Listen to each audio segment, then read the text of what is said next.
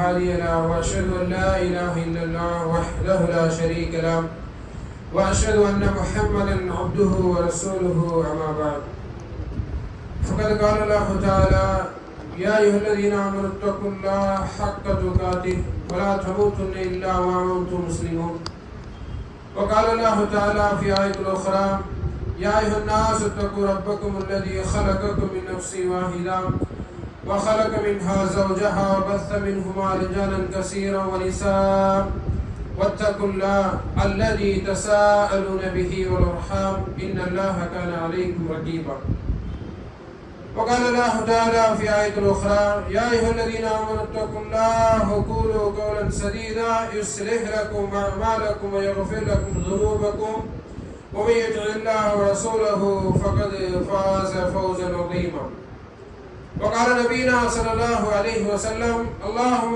صل على محمد وعلى آل محمد كما صليت على إبراهيم وعلى آل إبراهيم إنك حميد مجيد اللهم بارك على محمد وعلى آل محمد كما باركت على إبراهيم وعلى آل إبراهيم إنك حميد مجيد رب اشرح لي صدري ويسر لي أمري واحلل عقدة من لساني يفقهوا قولي புகழும் புகழ்ச்சியும் ஏகரிவனாகிய அல்லாஹ் ஒருவனுக்கே உரித்தாக்கி அவரது அன்பும் அருளும் இவ்வுலகிற்கு இறுதியாக அனுப்பப்பட்ட முஹம்மது நபி ஸல்லல்லாஹு அலைஹி வஸல்லம் அவர்களின் மீதும் அன்னாரின் அடிச்சுவட்டை அப்படியே பின்பற்றி வாழ்ந்த உத்தம சத்திய சஹாபாக்கள் சஹாபிய பின்வழிகள் மீதும் தாபிகள் மீதும் தாபிகள் மீதும் மற்றும் இந்த அவையில் அமர்ந்திருக்கின்ற உங்கள் மீதும் என் மீதும் உங்களுடைய குடும்பத்தார் மீதும் என்னுடைய குடும்பத்தார் மீதும் என்னென்று நிரந்தரமாக இந்த நல்ல நாளை எப்படி நம் அனைவரும் ஒன்று கூட்டினானோ அதே போல் நாளை மறுமையில் உயர்ந்த சொர்க்கமான ஜன்னத்துல் ஃபிர்தௌஸ் எனும் சொர்க்கத்தில் உங்களையும் என்னையும்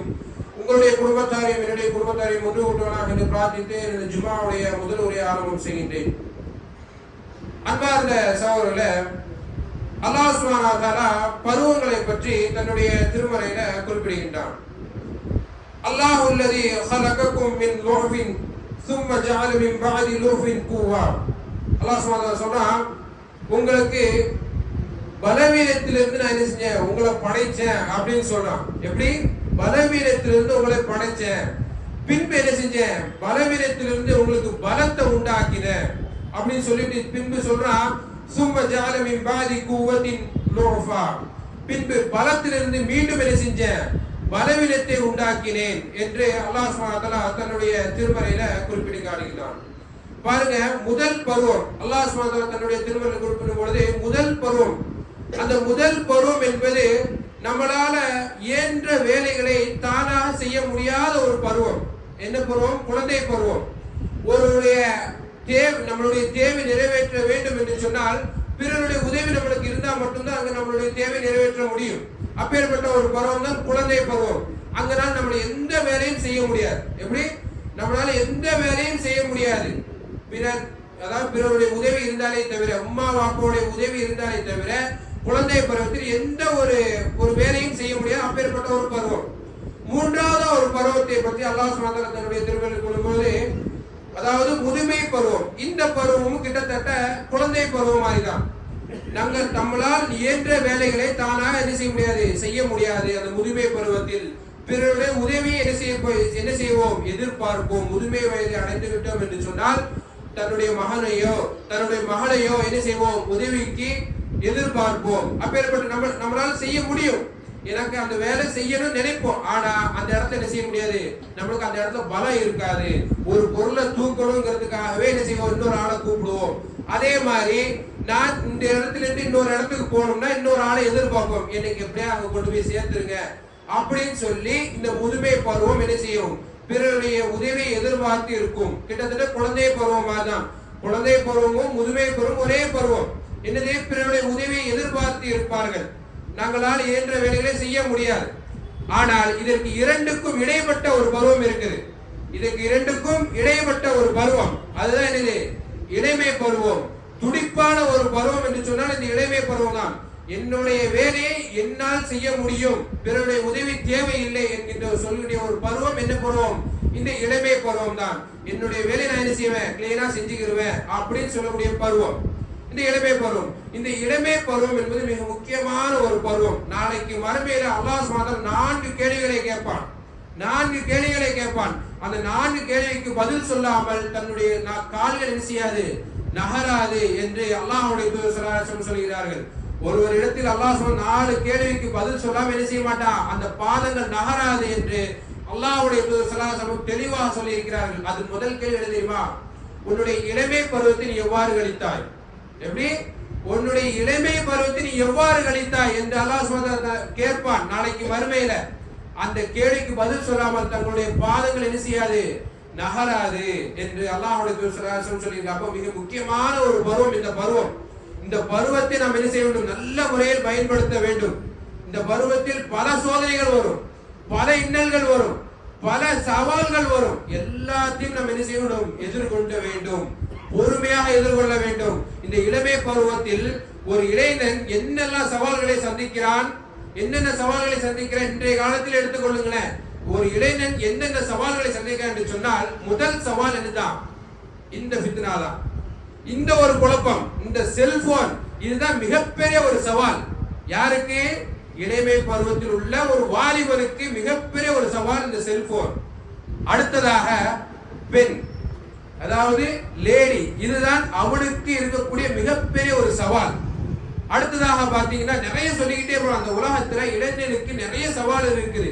அது மிக முக்கியமானது செல்போனும் பெண்களும். இந்த இரண்டும் தான் மிகப்பெரிய ஒரு சவாலாக இளைஞனுக்கு இருக்குது. இதை விட மிக முக்கியமான ஒரு சவால் என்ன தெரியுமா இளைஞனுக்கு? போதை பழக்கம்.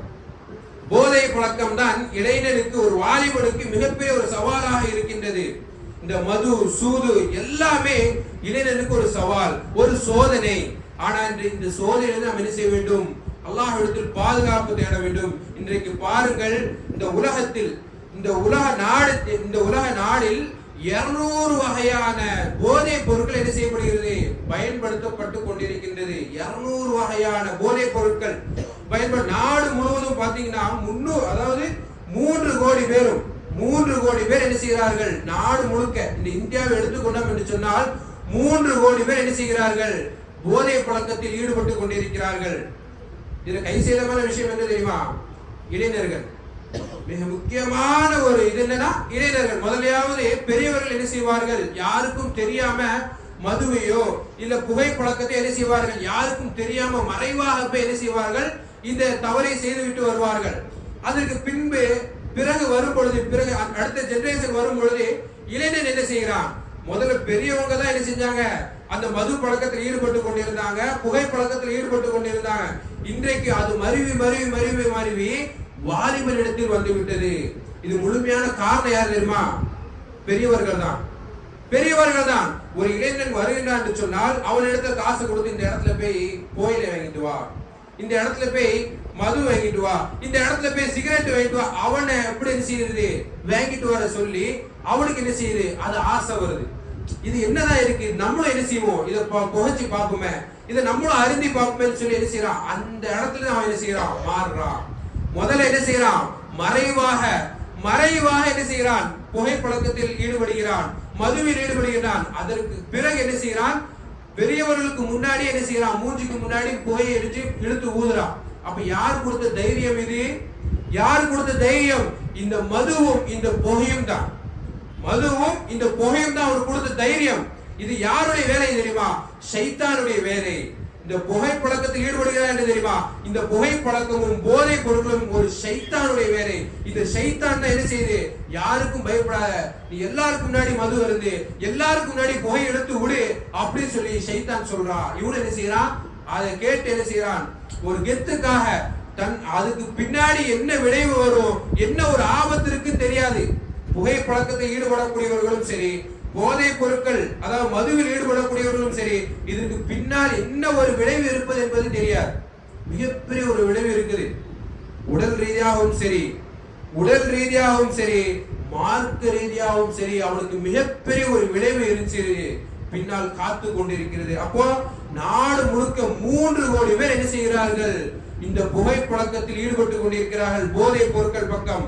அதே மாதிரி நம்ம தமிழ்நாட்டை எடுத்துக்கொண்டோம் என்று சொன்னால் 1,04,000 பேர் என்ன செய்கிறார்கள்? இந்த போதை பழக்கத்தில் ஈடுபட்டு கொண்டிருக்கிறார்கள். அதில் மிக முக்கியமாக பங்கு வகிப்பது என்ன தெரியுமா? கஞ்சா என்று சொல்லக்கூடிய ஒரு போதைப் பொருள். இந்த போதைப் பொருட்களில் அடிமையாக என்ன செய்கிறார்கள்?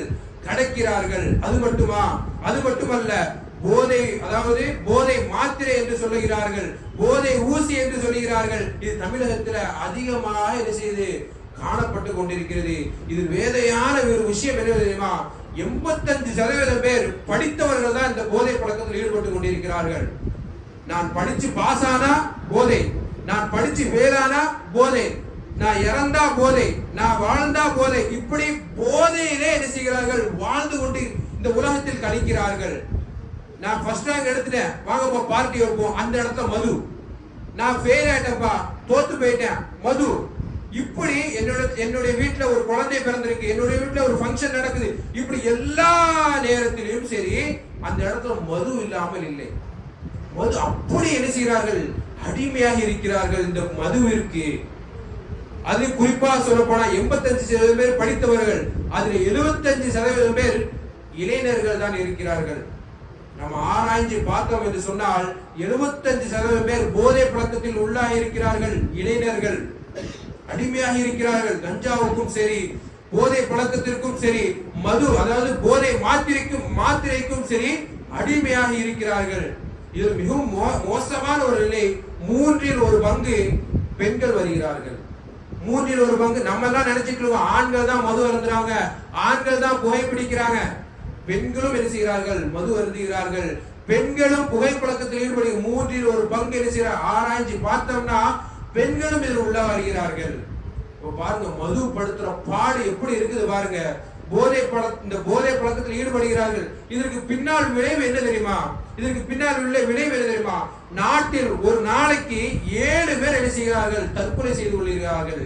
இந்த போதை பழக்கத்தினால் நாட்டில் ஒரு நாளைக்கு 7 பேர், ஒரு ஆண்டுக்கு சுமார் பல ஆயிரம் பேர் என்ன செய்கிறார்கள்? தற்கொலை செய்து கொண்டிருக்கிறார்கள். புத்தி மழுங்கி அவங்க மண்டை என்ன சொல்லே தெரியாம, எதிர்த்தால எது வரும் தெரியாம என்ன செய்கிறார்கள்? இந்த போதை பழக்கத்தில் அடிமையாகி தற்கொலை செய்கிற அளவுக்கு போறாங்க. அவனால வைக்காம இருக்க முடியாது, போதை பழக்கத்தை அருந்தாம இருக்க முடியாது. அப்படி ஒரு நேரம் இருந்தான்னு சொன்னா அவனுக்கு மண்டை பித்து பிடிச்ச மாதிரி என்ன செய்கிறான்? அவன் தன்னைத்தானே மாய்த்து கொள்கிறான், தற்கொலை செய்து கொள்கிறான். தற்கொலை செய்வது என்பது மார்க்கத்தில் ஹராம். நம்முடைய இஸ்லாமிய மார்க்கத்தில் தற்கொலை செய்வது என்பது ஹராம். ஆனா என்ன செய்யறான்? நான் தேடிய உணவு கிடைக்கல, போதை பொருள் கிடைக்கல, மது கிடைக்கல அப்படின்னு சொல்லி என்ன செய்யறான்? தன்னுடைய மைண்ட் என்ன சொல்றதோ அதை என்ன செய்யறான்? மண்டை மழுங்கி அவன் போதை பொருட்களே அடிமையாகி என்ன செய்யுது? மூளை மங்கிருச்சு. யார் என்ன சொன்னாலும் கேட்க மாட்டான். அப்படி என்ன செய்யறான்? ஒரு நேரத்துல போதை பொருள் கிடைக்கலன்னு சொன்னா அவன் என்ன செய்யறான்? தன்னை தானே மாய்த்துக் கொள்கிறான், தானே என்ன செய்யறான்? தற்கொலை செய்து கொள்கிறான். இப்படி என்ன செய்கிறார்கள்? போதை பொருட்கள் ஈடுபடுவதனால் பின்னால் உள்ள விளைவு இதுதான். ஒரு நாட்டுல ஒரு நாளைக்கு 7 பேரும், ஒரு ஆண்டுக்கு பல ஆயிரம் பேரும். இது வேதனையான விஷயம். இளைஞர்கள் தான் அது அதிகமாக இருக்கிறார்கள். பெரியவர்கள் கூட கம்மி தான். இளைஞர்கள் என்ன செய்கிறார்கள்? சும்மா கெத்துக்குன்னு வாங்கி நான் என்ன செய்யறேன்? போயிலே வைக்கிறேன், சிகரெட் இழுக்கிறேன், என்ன செய்ய ஒரு கெத்து. நான் ஒரு சிகரெட் குடிச்சா நான் ஒரு பெரிய ஆடு நினைப்பு.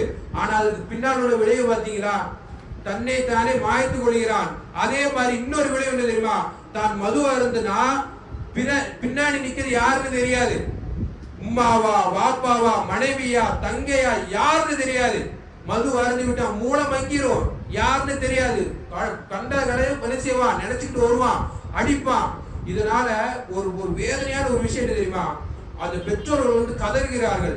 நைட் என் புள்ள இந்த மாதிரி மது அருந்திட்டு என்ன செய்யறான்? என்னை அடிக்கிறான், என்னை துன்புறுத்துறான், அவருடைய வாப்பாவை அடிக்கிறான். இப்போ புலம்பி என்ன செய்ய? ஆரம்பத்திலே இதை தடுத்திருக்கணும். பிள்ளை மது அருந்துற வரைக்கும் பார்த்துட்டு, புகைப்பழக்கத்தில் ஈடுபடுவதையும் பார்த்துட்டு என்ன செய்கிறார்கள்? அதற்கு பின்னால் புலம்புகிறார்கள். ஆரம்பத்திலேயே பிள்ளைகளை கண்காணிக்க வேண்டும் பெற்றோர்கள். அவன் எங்க போறான், யாரோடு பழகிறான், எத்தனை மணிக்கு வீட்டுக்கு வரான், எத்தனை மணிக்கு வீட்டை விட்டு வெளியே போறான், அவன் பாக்கெட்ல என்ன இருக்கு, அவன் மொபைல்ல என்ன, யாரோட பேசுறான், யாரோட சேட் பண்றான் அப்படின்னு சொல்லி அவனுடைய பிள்ளைகளை என்ன செய்ய வேண்டும்? ஆரம்பத்திலிருந்தே கண்காணிக்க வேண்டும். ஆனால் ஆரம்பத்திலிருந்து கண்காணிக்காமல் அவனை அப்படியே விட்டு ஃப்ரீயா அவன் போதை பழக்கத்துக்கு அடிமையானதுக்கு பிறகு வந்து என்ன செய்கிறார்கள்? புலம்புகிறார்கள். என்னுடைய பிள்ளையை அடிக்கிறான், என்னுடைய பிள்ளையை துன்புறுத்துறான், என்னை மதிக்க மாட்டேங்கான் அப்படின்னு சொல்லி புலம்புகிற தாய் இருக்கு. எவ்வளவு பேர் இருக்காங்க தெரியுமா அந்த நாட்டுல? அப்ப இந்த மது இவ்வளவு பெரிய பாடுபடுத்தி பின்னாடி உள்ள விளைவு என்ன செய்கிறார்கள்? அதாவது எடுத்து கூட பார்க்காமல் மது அருந்திவிட்டு என்ன செய்கிறார்கள்? வீட்டுக்கு சென்று கலாட்டா பண்ணுகிறார்கள், தெருவில் கலாட்டா பண்ணுகிறார்கள். இதனால் அவனுக்கு மட்டும் அசிங்கம் கிடையாது. போதை பழக்கம் அருந்தினால் அவனுக்கு மட்டும் அசிங்கம் கிடையாது, அவனுடைய வீட்டில் உள்ளவர்களுக்கும் அசிங்கம், அவனுடைய வீட்டில் உள்ளவர்களுக்கும் கேவலம். உம்மா வாப்பா என்ன செய்ய மாட்டாங்க? நல்ல முறையில் மதிக்க மாட்டாங்க. பக்கத்து வீட்டுக்காரங்க என்ன செய்வாங்க? அவர்களை திட்டுவார்கள், ஏசுவார்கள். யாரு காரணமாக?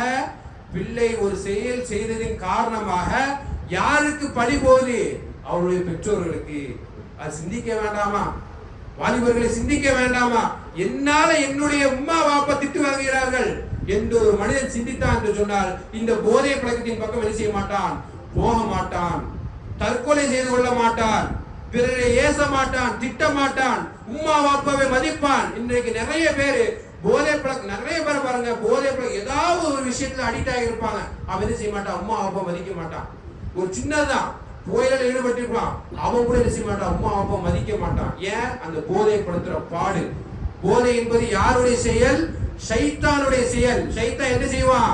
உன்னுடைய பெற்றவங்களை மதிக்காத, ஓ பெற்றவங்களை அடி. ஏன்னா யார் இடத்துல சவால் விட்டு வந்திருக்கான்? ஷைத்தான். அல்லாஹ் இடத்துல சபதம் எடுத்துட்டு வந்திருக்கான், உன்னுடைய அடியானை நான் என்ன செய்வேன்? வழி எடுப்பேன் என்று சொல்லி யார் இடத்துல சபதம் போட்டான்? அல்லாஹ் இடத்துல சபதம் போட்டு வந்திருக்கிறான். அப்ப என்ன செய்வான்? அவன் எல்லா நேரத்திலும் வழி எடுப்பான்.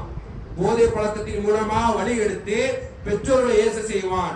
பெற்றோர்களை சீ என்று கூட சொல்லாதன்னு சொல்லி அல்லாஹ் சுப்ஹானஹு வ தஆலா தன்னுடைய திருமறையில் குறிப்பிட்டிருக்கிறான்.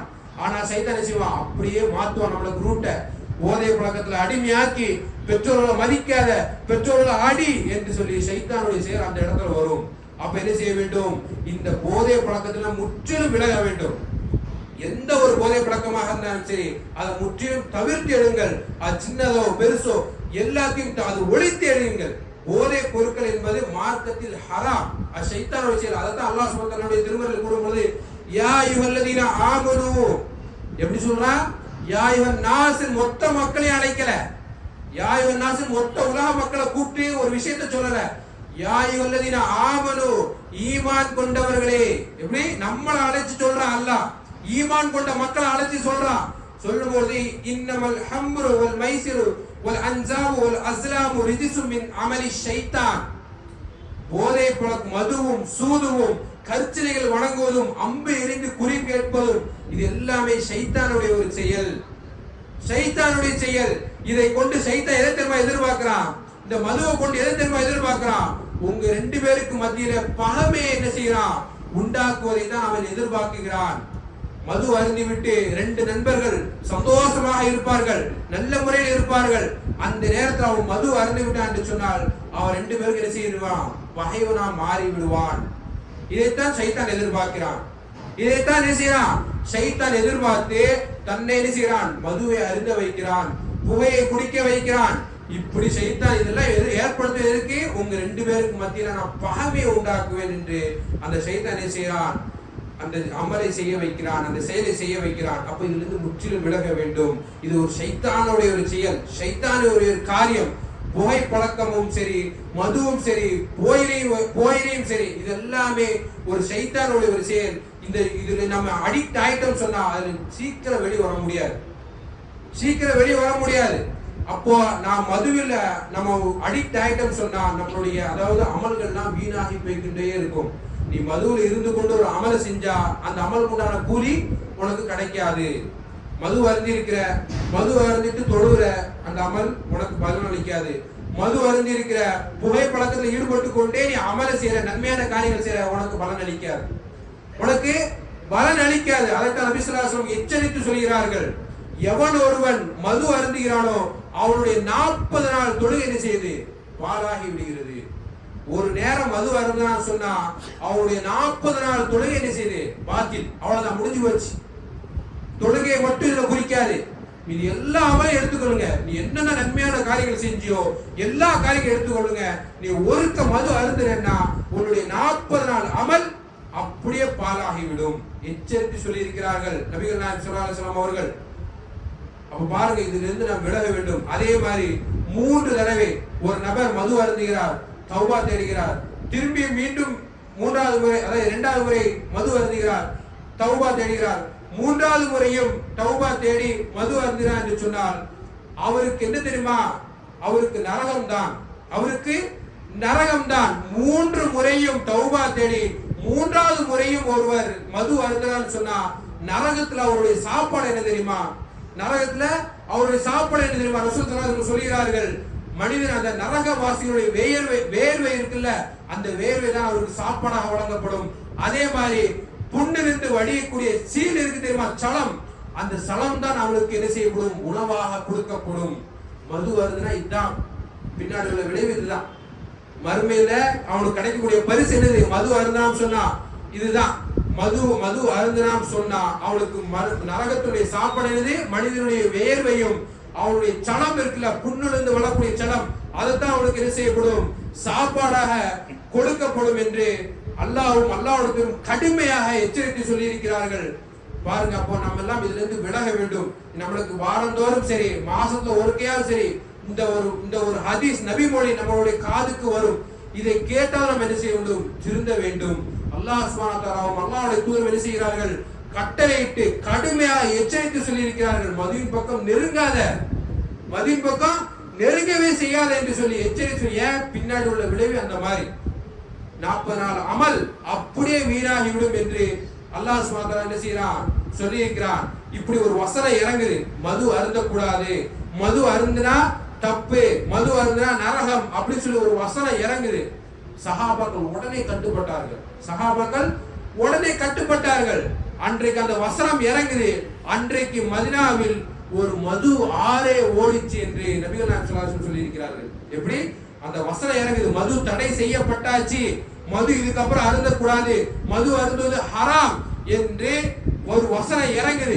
அந்த வசனம் இறங்குறதுக்கு பிறகு என்ன செய்யுது? அந்த மதீனாவில மது ஆறே ஓடுச்சு.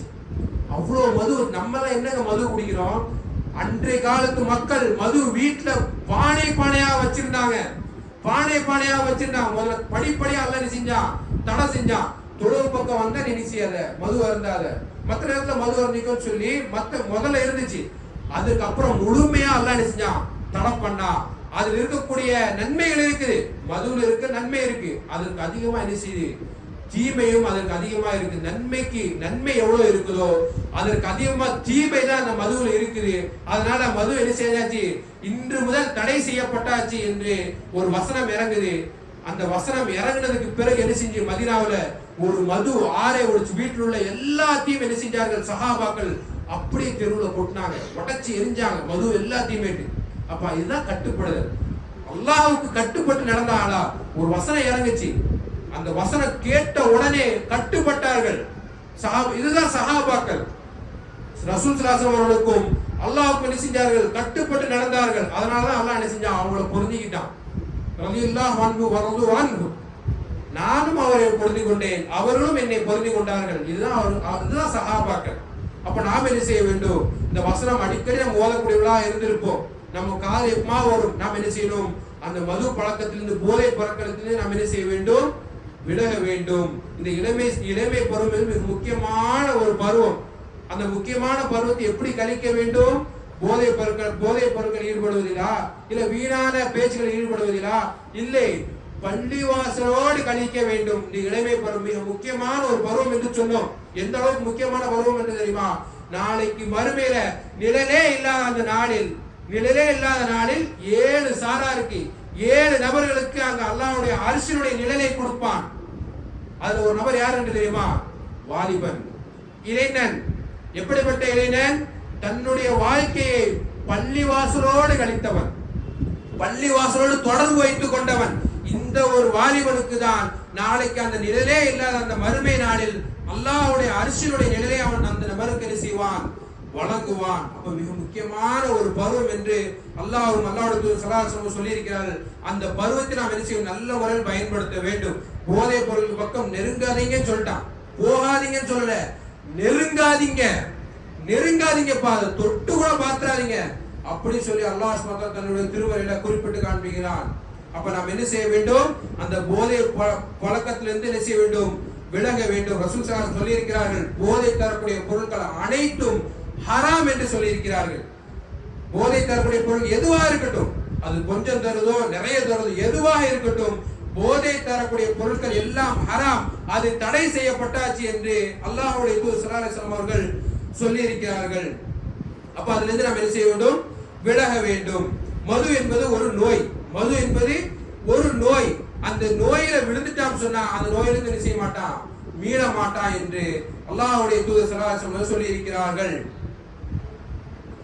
அதே மாதிரி எந்த பொருள் போதை தருமோ அந்த பொருள் உண்பது கூடாது, ஹராம் என்று சொல்லிவிட்டார்கள். எந்த பொருள் குறைவாக தின்னாலும் போதை தருமோ, எந்த ஒரு பொருள் குறைவாக தின்னாலும் போதை தருமோ அதுவும் என்ன செய்யுது? குறைவாக உண்டாலும் அது ஹராம் என்று உமர் ரலியல்லாஹு அன்ஹு அவர்கள் என்ன செய்தார்கள்? சொல்லி காமிச்சு விட்டார்கள். அப்போ மது என்பது ஹராம், அது தடை செய்யப்பட்டாச்சு, அதன் பக்கம் நெருங்காதீங்க என்ன செய்தார்கள்? சொல்லிவிட்டார்கள். அப்ப இதுக்கு என்னதாங்க விளைவு? இளைஞர்கள்லாம் இப்படி கடக்குறாங்க, இளைஞர்கள்லாம் மதுவுல கடக்குறாங்க, மதுவுல ஊறி போய் கடக்குறாங்க, அடிமையாக கிடக்கு. இதுக்கு என்ன விளைவு? இதுக்கு என்ன சொல்யூஷன்? இதுக்கு என்ன தீர்வு? அவங்களை எப்படியாவது விளக்கணும். என்ன தீர்வு?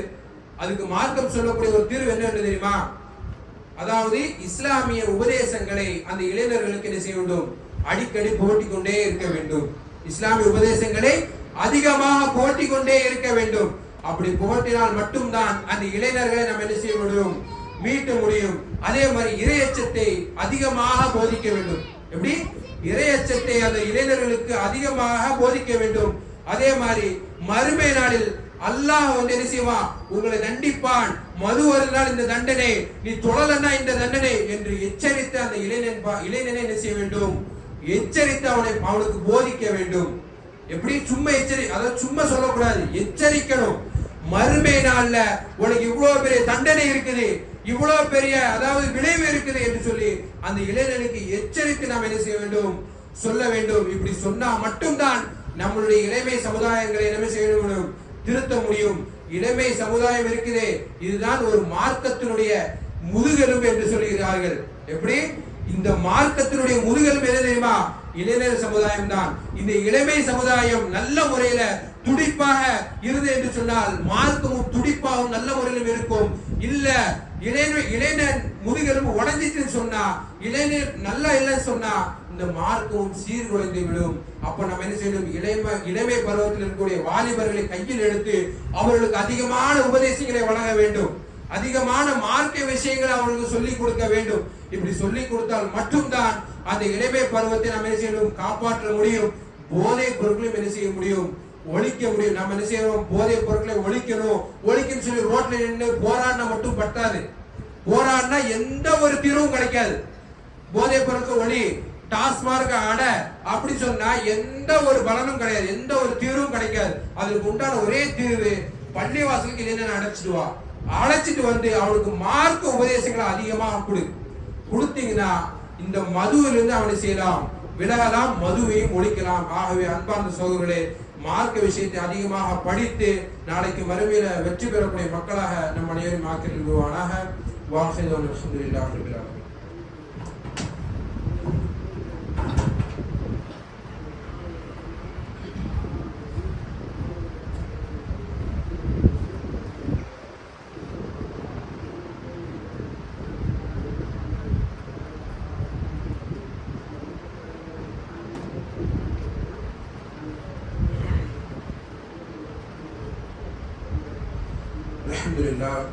அல்ஹம்துலில்லாஹ் வஸ்ஸலாத்து வஸ்ஸலாமு அலா ரசூலில்லாஹ் வ அலா ஆலிஹி வ ஸஹ்பிஹி வ நாஸி அஜ்மஈன்.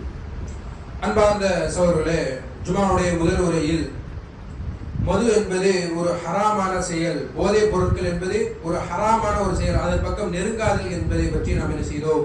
பார்த்தோம். இந்த இளமை சமுதாயம் அதிகமாக என்ன செய்கிறார்கள்? இந்த போதை பழக்கத்தில் ஈடுபட்டு கொண்டிருக்கிறார் என்பதை பார்த்தோம்.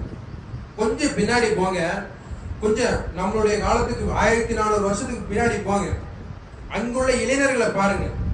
நபி இப்ராஹிம் அலைஹிஸ்ஸலாம் அவர்கள் தாவா செய்யும் பொழுது அவர்கள் வாலிபராகத்தான் இருந்தார்கள். நம்மளுடைய சமுதாய வாலிபர்களையும் பாருங்கள், அப்போ உள்ள வாலிபரையும் பாருங்கள். இப்ராஹிம் அலைஹிஸ்ஸலாம் அவர்கள் தாவா பணியை எடுத்து நடத்தும் பொழுது அவர் ஒரு வாலிபர். நம்ரூத் மன்னனை எதிர்த்து பேசும் பொழுது அவர் ஒரு வாலிபனாகத்தான் இருந்தார். தைரியமாக எதிர்த்து தாவா பண்ணாங்க. யாரு? இப்ராஹிம் அலைஹிஸ்ஸலாம் அவர்கள். அதே மாதிரி தான் யூசுப் அலைஹிஸ்ஸலாம் அவர்கள் வாலிபராகத்தான் தாவாவை எடுத்து வைக்கும் பொழுது அவர் எப்படி இருந்தார்? ஒரு வாலிபராக இருந்தார். வாலிபராக இருக்கும் பொழுதுதான் அந்த ஊருக்கே மன்னராக என்ன செஞ்சாங்க? மன்னராக நியமிக்கப்பட்டார்கள். யாரு? யூசுப் அலைஹிஸ்ஸலாம் அவர்கள். இவ்வளவு தியாகங்கள் பண்ணியிருக்கிறார்கள். அவருக்கு வராத சோதனை நம்மளுக்கு வந்துச்சு. அவங்களுக்கு ஏகப்பட்ட சோதனைகள் வந்துச்சு. யாருக்கு? இப்ராஹிம் அலைஹிஸ்ஸலாம் எப்படி இருந்தா தெரியுமா? எவ்வளவு பெரிய சோதனைகள் இருந்தா தெரியுமா? அந்த சோதனைகள் எல்லாம் முறியடித்து சாதனையா மாற்றி ஒரு வாலிபன் எப்படி இருக்கணுமோ அப்படி இருந்து தாவாவை முன்வைத்தார்கள். அதே மாதிரிதான் யூசுப் அலைஹிஸ்ஸலாம் அவர்களும் ஒரு வாலிபர்கள் தான். எல்லா தாவும் முன்வைத்து ஒரு நாட்டுக்கு மன்னராக என்ன செஞ்சார்கள்? அங்கு ஆனார்கள். அதே மாதிரி அதுக்கு பின்னால் வாருங்கள், குர்ஆனை ஒன்று திரட்டினார்கள். எப்படி?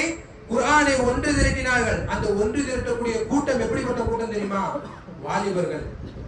குர்ஆனை ஒன்று திரட்டுவதற்காக அபூபக்கர் ரலியல்லாஹு அன்ஹு அவர்கள் ஒருவருடைய கையில் ஒப்படைக்கிறார்கள். அந்த கையில் ஒப்படைத்தவர் யார் தெரியுமா? ஒரு வாலிபர், ஒரு இளைஞர். 15 வயது ஒரு இளைஞர் தான் இந்த குர்ஆனை ஒட்டுமொத்தமாக ஒன்று கூட்டி ஒரு கிதாபாக கொண்டு வந்தார்கள். ஒரு வாலிபர்கள் இப்படி அடுக்கிக் கொண்டே போறான். வாலிபர்கள் அவ்வளவு சாதனை படைத்திருக்கிறார்கள். இப்படிப்பட்ட சாதனைகளை அவர்கள் என்ன செஞ்சார்கள்? அவர்கள் மட்டுமா படைக்க முடியும்? நம்மளாலும் படைக்க முடியும். அந்த வாலிபர்கள் மட்டுமல்ல, நம்மளாலும் படைக்க முடியும். தாவை முன்வைக்க முடியும். அன்றைக்கு பாருங்கள், முஆத் இப்னு ஜபல் ரலியல்லாஹு அன்ஹு அவர்கள் என்ன செய்கிறார்கள்? ஒரு நாட்டுக்கு என்ன செய்ய தாவ பணிக்காக ரசூலுல்லாஹி அனுப்புகிறார்கள். அனுப்பும் பொழுது அவருக்கு வயசு எத்தனை? 15 வயது. அனுப்பும் பொழுது போனாங்க, தைரியமா போய் தாவ பண்ணிட்டு வந்தாங்க. ஒரு இளைஞர், ஒரு வாலிபர். இப்படி இருந்தார்கள். இப்படிதான் நாமளும் இருக்க வேண்டும். தாவாவை முன்வைக்க வேண்டும். எப்பேற்பட்ட சோதனை வந்தாலும் அதை முறியடிக்கக்கூடிய சக்தி நம்மிடத்தில் இருக்குது. அப்ப நாம் என்ன செய்ய வேண்டும்? அதுக்கு இணங்க இந்த உலகத்தில் வாழ வேண்டும். அதே மாதிரி ரசூல் ஸல்லல்லாஹு அலைஹி வஸல்லம் அவர்களுக்கு கூட பணிபுரிந்த ஒரு இளைஞர், ஒரு நபித்தோழர். ஒரு 15 வயசு கூட ஆயிருக்காது. 15-12 வயசு தான் அந்த வாலிபருக்கு இருக்கும். ஒரு நபித்தோழர். அந்த நபித்தோழர் எப்படிப்பட்ட வேலையை தெரியுமா செய்வாங்க? ரசூல் ஸல்லல்லாஹு அலைஹி வஸல்லம் பணிவிடை செய்யக்கூடியவர்கள். ரசூல் ஸல்லல்லாஹு அலைஹி வஸல்லம் ஒலு செய்ய போனாங்கன்னா தண்ணி எடுத்துட்டு போவாங்க. தேவையை நிறைவேற்றுவதற்கு போனாங்கன்னா தண்ணி எடுத்துட்டு பின்னாடி போவாங்க. அவங்களுடைய செப்பலை அழகா எடுத்து வைப்பாங்க. இப்படிதான் அவங்களுடைய பணி இருந்துச்சு. அவங்களுடைய எண்ணம் எப்படி தெரியுமா இருந்துச்சு? ரசூல் ஸல்லல்லாஹு அலைஹி வஸல்லம் அவங்களுக்கு ஏதாவது பரிசு கொடுக்குமே, எப்படி அந்த நபித்தோழருக்கு ஏதாவது பரிசு கொடுக்குமே சொல்லி அந்த நபித்தோழரை அழைச்சி, உனக்கு ஏதாவது வேணுமாப்பா அப்படி கேட்கறாங்க. ஏன்னா சொல்ல, நாளைக்கு உங்களோட நான் என்ன செய்யணும்? சொர்க்கத்துல இருக்கணும். உங்களோட அவங்களோட எண்ணத்தை பாருங்க. ஒரு வாலிபர், ஒரு 15 வயசு கூட ஆகாத ஒரு வாலிபருடைய எண்ணம் எப்படி இருக்குது பாருங்க. ரசூல் ஸல்லல்லாஹு அலைஹி வஸல்லம் கேக்குறாங்க, உனக்கு என்னப்பா வேணும்? உனக்கு என்ன ஏதாவது வேணுமா அப்படின்னு கேட்கும் பொழுது அந்த நபித்தோழர் நினைச்சா சொல்லி இருக்கலாம், எனக்கு இது வேணும், இது தோட்டம் வேணும், இது தோட்டம் எல்லாம் கேட்டு நம்மளால கேட்டிருப்போம். பாப்பா ஒரு ஆசையா கேட்கறாங்க, என்னுடைய பிள்ளைக்கு ஏதாவது கிஃப்ட் வாங்கி கொடுக்கணுமே கேட்டா நம்ம சொல்லியிருப்போம், எனக்கு ஒரு பைக் வாங்கிட்டாங்க, எனக்கு ஒரு சைக்கிள் வாங்கிட்டாங்க கேட்டிருப்போம். ஆனா அந்த நபித்தோழர் என்ன கேட்கல? அதெல்லாம் கேட்கல. நாளைக்கு உங்களோட சொர்க்கத்துல இருக்கணும், அது போதும் எனக்கு. ஜன்னத்துல் ஃபிர்தௌஸ் என்ற சொர்க்கத்துல உங்களோட நான் இருக்கணும். எப்ப அது அப்புறம் பாத்துக்கலாம், அது மறுமையில நீ இருப்ப. இந்த உலகத்துல ஏதாவது வேணுமா அதை சொல்லுப்பா அப்படிங்கிற மாதிரி. உலகத்துல எனக்கு எதுவுமே வேண்டாம், நாளைக்கு மறுமையில உங்களோட இருக்கணும் அப்படின்னு சொல்லி அந்த நபித்தோட சொன்ன ஒரு வாலிபர் 15 வயசு கூட ஆகல. அவருடைய எண்ணம் எப்படி இருக்குது? சொர்க்கம் வேண்டும், எனக்கு உங்களோட இருக்கணும் எனக்கு. அப்போ ஒரு வாலிபருடைய எண்ணம் இவ்வாறு தான் இருக்க வேண்டும். மதுவுல அவன் அடிக்ட் ஆயிட்டான்னா, அடிமை ஆயிட்டான்னா இந்த சிந்தனை அவனுக்கு வராது. மறுமையுடைய சிந்தனை வராது. அல்லாஹ் தண்டிப்பானே என்கிட்ட சிந்தனை வராது. நாளைக்கு மறுமையில எனக்கு சொர்க்கம் வேண்டுமே சிந்தனை வராது.